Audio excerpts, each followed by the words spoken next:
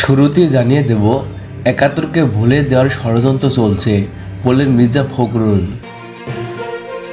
এবারে জানাবো, অপতথ্যের বিরুদ্ধে একসঙ্গে লড়াই শুরুর আহ্বান সিএসির। এবারে জানাবো, বিএনপির বিজয় ঠেকাতে অপকৌশল করছে একটি গোষ্ঠী বলেন তারেক রহমান।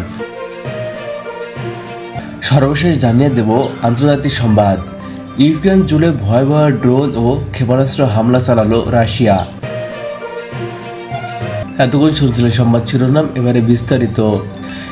দেশে একাত্তরকে ভুলিয়ে দেওয়ার একটি ষড়যন্ত্র চলেছে উল্লেখ করে সবাইকে ঐক্যবদ্ধ থাকার আহ্বান জানিয়েছেন বাংলাদেশ জাতীয়বাদী দলের বিএনপি মহাসচিব মির্জা ফখরুল ইসলাম আলমগীর।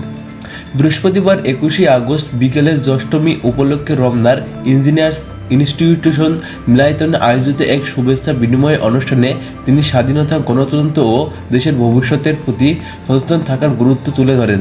বিএনপির মহাসচিব বলেন, আজ 1971 সালে স্বাধীনতা যুদ্ধে শহীদদের কথা বারবার স্মরণ করতে চাই। এই জন্য চাই যে 1971 সালে আমাকে একটা স্বাধীন দেশ দিয়েছিল, ভূখণ্ড দিয়েছিল, আমাকে একটা স্বাধীন সত্তা দিয়েছিল এবং সেই জন্য আজ আমার অস্তিত্ব আছে। আমি স্মরণ করতে চাই 24শে জুলাই আগস্টের স্মরণদের, কারণ তারা আমাদের একটা গণতন্ত্রের স্বপ্ন দেখার সুযোগ করে দিয়েছে। তিনি বলেন, এই দুইটির বিষয় স্বাধীনতা ও গণতন্ত্র আমাদের মাথায় রাখতে হবে, কারণ আজকের দিনে একাত্তরকে প্রচণ্ড প্রচেষ্টা চলছে, এটির বিরুদ্ধে আমাদের সকলকে ঐক্যবদ্ধ হতে হবে। মির্জা ফখরুল বলেন, আজকে উগ্রবাদ মাথা তুলে উঠেছে, এটি দেশের আত্মা অস্তিত্বের হুমকির মুখে ফেলতে পারে। আমাদের একত্রে হয়ে এই উগ্রবাদের বিরুদ্ধে প্রতিরোধ গড়তে হবে। অতীতের বিভাজন সংঘাত ভুলে দেশের উন্নয়ন, নিরাপত্তার জন্য আমাদের কাজ করতে হবে। তিনি দেশের অর্থনৈতিক প্রশাসন পরিস্থিতির দিকে ইঙ্গিত করে বলেন, গত 15 বছর যারা ক্ষমতায় ছিলেন তারা জনগণকে বন্ধু হিসেবে গণ্য করেননি। তারা জনগণের উপর অত্যাচার চালিয়েছে, দেশের সম্পদ লুটপাট করেছে এবং বিদেশে পাঠিয়েছে। সম্প্রতি ব্যাংকক সফরে শুনেছি যে অভিজাত এলাকা সম্পদ এখানে ভাড়া করা হচ্ছে এবং গাড়ি কেনা হচ্ছে কোটি কোটি টাকায়। দেশের অর্থনৈতিক অবস্থা করুন। বিএনপির মহাসচিব বলেন, আমাদের লক্ষ্য অপ্রসাদায়িক একটি রেইনবো রাষ্ট্র প্রতিষ্ঠা করা। জনাব তারেক রহমান 31 দফার নির্দেশেই আমাদের জাতীয় সনদ, এই ভিত্তিতেই আগামী বাংলাদেশ গড়ে তোলা হবে। বিএনপির ক্ষমতায় এলে দেশের প্রতিটি ঘটনার যথাযথ বিচার হবে। অনুষ্ঠানে লন্ডন থেকে ভার্চুয়ালি যুক্ত হন বিএনপির ভারপ্রাপ্ত চেয়ারম্যান তারেক রহমান। হিন্দু সম্প্রদায়ের সদস্যরা উলুধ্বনি ও ঢাল ঢোল বাজে তারেক অভ্যর্থনা জানালে তিনি হাত নাড়িয়ে উত্তর দেন। বিএনপির মহাসচিব মির্জা ফখরুল ইসলাম আলমগীরের সভাপতিত্বে এক ধর্ম বিষয়ক সহ সম্পাদক আমলেদ দাস অপুর সঞ্চালন এই অনুষ্ঠানে বিএনপি চেয়ারপারসনের উপদেষ্টা পরিষদের সদস্য বিভাজন কান্তি সরকার, ধর্ম বিষয়ক সম্পাদক রফিকুল ইসলাম জামাল সহ সাংগঠনিক সম্পাদক জয়ন্ত কুমার কুণ্ডু, প্রান্তিক জনশক্তি উন্নয়ন বিষয়ক সহ সম্পাদক অপর্ণা রায় দাস, নির্বাহী কমিটির সদস্য রণেশ দত্ত। অনুষ্ঠানে দলের স্থায়ী কমিটির সদস্য গয়েশা চন্দ্র রায়, আব্দুল মঈন খান, অধ্যাপক doctor AZM Zahid Hossain, vice chairman Nitai Roy Chowdhury, যুগ্ম মহাসচিব আব্দুল সালাম আজাদ, কেন্দ্রীয় নেতা আব্দুল বারি ড্যানি ও ডন গমেজ উপস্থিত ছিলেন।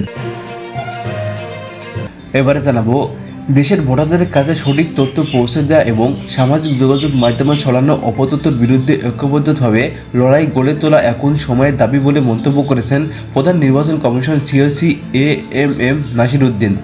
এজন্য নির্বাচন কমিশন ইসি তাদের অফিসিয়াল ইউটিউব চ্যানেল চালু করেছে। বৃহস্পতিবার 21শে আগস্ট ইসির অফিসিয়াল ইউটিউব চ্যানেল দেওয়া অধিবেশন ভাষণে তিনি জানান, এই প্ল্যাটফর্মের নির্বাচন কমিশনের যাবতীয় তথ্য নির্ভরযোগ্য, সহজ ও সুন্দরভাবে সবার কাছে পৌঁছে দেওয়া হবে। এতে থাকবে ভোটের রেজিস্ট্রেশন নিয়ম কানুন, নির্বাচনী সময়সূচি, প্রার্থীদের করণীয়, ভোটারদের অধিকার ও দায়িত্ব এবং নির্বাচনে সংশ্লিষ্ট গুরুত্বপূর্ণ নির্দেশনা। সিওসি বলেন, নারী, যুব সম্প্রদায়, প্রতিবন্ধী ও সমাজের পিছিয়ে পড়া জনগোষ্ঠীর মূলধারার সঙ্গে যুক্ত করা কমিশনের অন্যতম লক্ষ্য। তিনি বলেন, আমরা চাই প্রত্যেক নাগরিককে সচেতন করে দেশের গণতন্ত্রে অংশগ্রহণ নিশ্চিত করতে। সুষ্ঠু ও গ্রহণযোগ্য নির্বাচন আয়োজনের জন্য নির্বাচন ব্যবস্থার প্রতি আস্থা এবং স্বচ্ছতা অপরিহার্য উল্লেখ করে তিনি বলেন, আমাদের সব তথ্যগুলি আমরা গ্রহণযোগ্যভাবে উপস্থাপন করব, যাতে মানুষের আস্থা বৃদ্ধি পায় এবং নির্বাচন ব্যবস্থা স্বচ্ছতা আরও দৃঢ় হয়। কৃত্রিম বুদ্ধিমত্তা AI অপব্যবহারকে বর্তমান সময়ে বড় চ্যালেঞ্জ হিসেবে উল্লেখ করে সিএসি সতর্ক করেন যে মিথ্যা ভিডিও বানোয়ার তথ্য এবং অপতথ্য সামাজিক যোগাযোগ মাধ্যম দ্রুত ছড়ানো হচ্ছে। এ বিষয়ে সচেতন থাকার আহ্বান জানিয়ে তিনি বলেন, কোনো তথ্য বিশ্বাস করার আগে যাচাই করুন, যাচাই না করে শেয়ার করবেন না, সত্যতা যাচাই না করে কোনো তথ্য গ্রহণ করবেন না। এম নাসিরউদ্দিন বলেন, আমরা সবাই মিলে অপতথ্যের বিরুদ্ধে লড়াই শুরু করি। নির্বাচন কমিশনের পক্ষ থেকে আপনাদের প্রতি আহ্বান, যাতে আমাদের সঙ্গে একত্রে কাজ করেন, সঠিক তথ্য জনগণের সামনে উপস্থাপন করেন এবং প্রতিটি ভোট ও কণ্ঠস্বরে গুরুত্ব প্রতিষ্ঠা হয়। তিনি বলেন, আমরা সবাই মিলে সুষ্ঠু, সুন্দর এবং গ্রহণযোগ্য নির্বাচন আয়োজন করতে চাই। আমি বিশ্বাস করি আপনাদের সহযোগিতা পেলে আমরা জাতিকে একটি সুন্দর নির্বাচন উপহার দিতে সক্ষম হব। নির্বাচন কমিশন নতুন ইউটিউব চ্যানেলের মাধ্যমে ভোটের প্রার্থী এবং সাধারণ মানুষের সহজে নির্বাচন সম্পর্কিত সব তথ্য পাবে বলে আশা প্রকাশ করেন সিওসি। এবারে জানাবো, পতিত আওয়ামী লীগের মতোই নতুন করে একটি গোষ্ঠী আগামী নির্বাচন বাংলাদেশের জাতীয়তাবাদী দলের বিএনপি বিজয় ঠেকাতে অপকৌশল চলছে বলে মন্তব্য করেছেন দলটির ভারপ্রাপ্ত চেয়ারম্যান তারেক রহমান। বৃহস্পতিবার 21শে আগস্ট রাজধানী আইইবি মিলায়তনে হিন্দু সম্প্রদায় নেতৃত্ববৃন্দের সঙ্গে জ্যৈষ্ঠমীর শুভেচ্ছা বিনিময় অনুষ্ঠানে তিনি এসব কথা বলেন। এ সময় অনুষ্ঠানে লন্ডন থেকে ভার্চুয়ালে যুক্ত হন তিনি। বিএনপির ভারপ্রাপ্ত চেয়ারম্যান বলেন, পতিত আওয়ামী লীগ মতোই নতুন করে একটি গোষ্ঠী আগামী নির্বাচন বাংলাদেশ জাতীয়তাবাদী দলের বিএনপি বিজয় ঠেকাতে অপকৌশল চলছে। বিএনপিকে ঠেকাতে গিয়ে গণতন্ত্রের পথ রুদ্ধ, ফ্যাসিবাদের ফিরিয়ে আনার পথ যারা সুগম করছে, এ সময় তাদের সতর্ক করে তিনি বলেন, বিএনপির বিজয় ঠেকাতে গিয়ে জনগণের রায় প্রদানের পথ যেন কেউ রুদ্ধ না করে বলে হুঁশিয়ারি দেন তারেক রহমান। পাশাপাশি ধর্মীয় পরিচয়কে পুঁজি করে কেউ যাতে রাজনীতিতে করতে না পারে সেদিকে সতর্ক থাকার আহ্বান জানান দলের ভারপ্রাপ্ত চেয়ারম্যান। তিনি বলেন, দলের ধর্ম, বর্ণ, নির্বিশেষে সবাই বাংলাদেশি, এখানে বিবাদের কোনো সুযোগ নেই। স্বৈরাচার পতনের পর গণতন্ত্রের প্রতিষ্ঠাকে রূপ দেওয়ার যে প্রক্রিয়া চলছে সেটিকে বাধাগ্রস্ত না করার আহ্বান জানান তিনি। যারা নানা ধরনের শর্তের বেড়াজালে আশ্রয় নিচ্ছে তাদের উদ্দেশ্যে তারেক রহমান বলেন, রাজনীতি দিয়ে মোকাবেলা করতে হবে। বাংলাদেশের বাস্তবায়ন পিআর পদ্ধতির নির্বাচন যৌক্তিক নয়। আগামী নির্বাচন সদস্য ধর্মাবলম্বী সমর্থন প্রত্যাশা করেন বিএনপির এই শীর্ষ নেতা। মার্কিন প্রেসিডেন্ট ডোনাল্ড ট্রাম্পের শান্তির উদ্যোগের মধ্যেই ইউক্রেনে সাম্প্রতিক সময়ে সবচেয়ে বোমা হামলা চালিয়েছে রাশিয়া। ইউক্রেনের কর্মকর্তা জানিয়েছেন, রাশিয়া ইউক্রেন 574টি ড্রোন এবং 40টি ক্ষেপণাস্ত্র নিক্ষেপ করেছে, যা কয়েক সপ্তাহের মধ্যে সবচেয়ে ভারী বোমাবর্ষণের একটি। পশ্চিম অঞ্চলের শহর লুবিভে ড্রোন এবং ক্ষেপণাস্ত্র হামলা একজন নিহত হয়েছে এবং দক্ষিণ পশ্চিম ট্রান্সকার্পেথিয়া অঞ্চলে হামলা আরও 15 জন আহত হয়েছে বলে জানা গেছে। মার্কিন প্রেসিডেন্ট ট্রাম্প যুদ্ধ বন্ধে কূটনৈতিক পদক্ষেপের নেতৃত্ব দেওয়ার সময় এবারে হামলাগুলো হলো। ইউক্রেনের পররাষ্ট্রমন্ত্রী আন্দ্রি সিবিহা বলেছেন, নতুন এসব হামলা যুদ্ধ অবসানের যৌক্তিকতাকে আরও গুরুত্বপূর্ণ করে তুলছে। রাশিয়াকে থামাতে না পারলে সেটি আরও বিস্তৃত হতে পারে।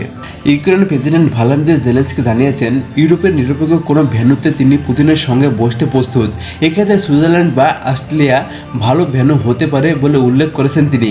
জেলেনস্কি তিনি আরও বলেন, তিনি ইস্তাম্বুলের বিপক্ষ নন। আলাস্কার ট্রাম্প পুতিনের সাথে দেখা করার পরে গেল সোমবার হোয়াইট হাউসে জেলেনস্কি ও ইউরোপীয় নেতাদের সঙ্গে বৈঠকের পর পুতিন জেলেনস্কির মধ্যে বৈঠকের সম্ভাবনা দেখা দেয়। মার্কিন রাষ্ট্রপতি প্রথমে তিনি সহ পুতিন ও জেলেনস্কি নিয়ে দ্বিপাক্ষিক বৈঠক পরামর্শ দিয়েছিলেন, কিন্তু পরে ট্রাম্প জানিয়ে দেন যে বৈঠকে তিনি অংশ নাও নিতে পারেন। তিনি বলেন, পুতিন আর জেলেনস্কি একাত্ম বৈঠক করে নিজেদের মধ্যে আলোচনা করে শান্তির পথ খুঁজে নিতে পারবেন। ইউক্রেনীয় বিমান বাহিনী দাবি করেছেন, বৃহস্পতিবার রাতভর রাশিয়া ছোড়া 614টি ড্রোন এবং অন্যান্য ক্ষেপণাস্ত্র শনাক্ত করতে পেরেছে এবং এরই মধ্যে তারা 577টি ভূপাতিত করেছে। এটি গেল জুলাইয়ের পর থেকে সবচেয়ে এখন পর্যন্ত আকাশপথের সবচেয়ে বড় হামলা। কিয়েভ বলছে, রাতের এই হামলা ব্যবহৃত অস্ত্রের মধ্যে হাইপারসোনিক ব্যালিস্টিক এবং ক্রুজ ক্ষেপণাস্ত্র ছিল। ইউক্রেনীয় বিমান বাহিনী জানিয়েছে, বেশিরভাগই আক্রমণ পশ্চিম রাশিয়ার পাশাপাশি কৃষ্ণ সাগর থেকে এসেছে, যেখানে একটি ক্ষেপণাস্ত্র রাশিয়া অধিকৃত ক্রিমিয়া থেকেও এসেছে। এসব হামলা পশ্চিম লুবিভ অঞ্চলে একজন নিহত হয়েছেন এবং আরও 3 জন আহত হয়েছেন। এছাড়াও আবাসিক বাড়ি, একটি নার্সারি সহ 20টিরও বেশি বেসামরিক ভবন ক্ষতিগ্রস্ত হয়েছে। ট্রান্সকার্পেথিয়ার দক্ষিণ পশ্চিমাঞ্চলের শহর মুকাসোভতে একটি মার্কিন ইলেকট্রনিক্স ফার্মে ক্রুজ ক্ষেপণাস্ত্র হামলা আরও 15 জন আহত হয়েছে, যা হাঙ্গেরি এবং স্লোভাকিয়ার সাথে ইউক্রেনের সীমান্ত থেকে খুব দূরে নয়।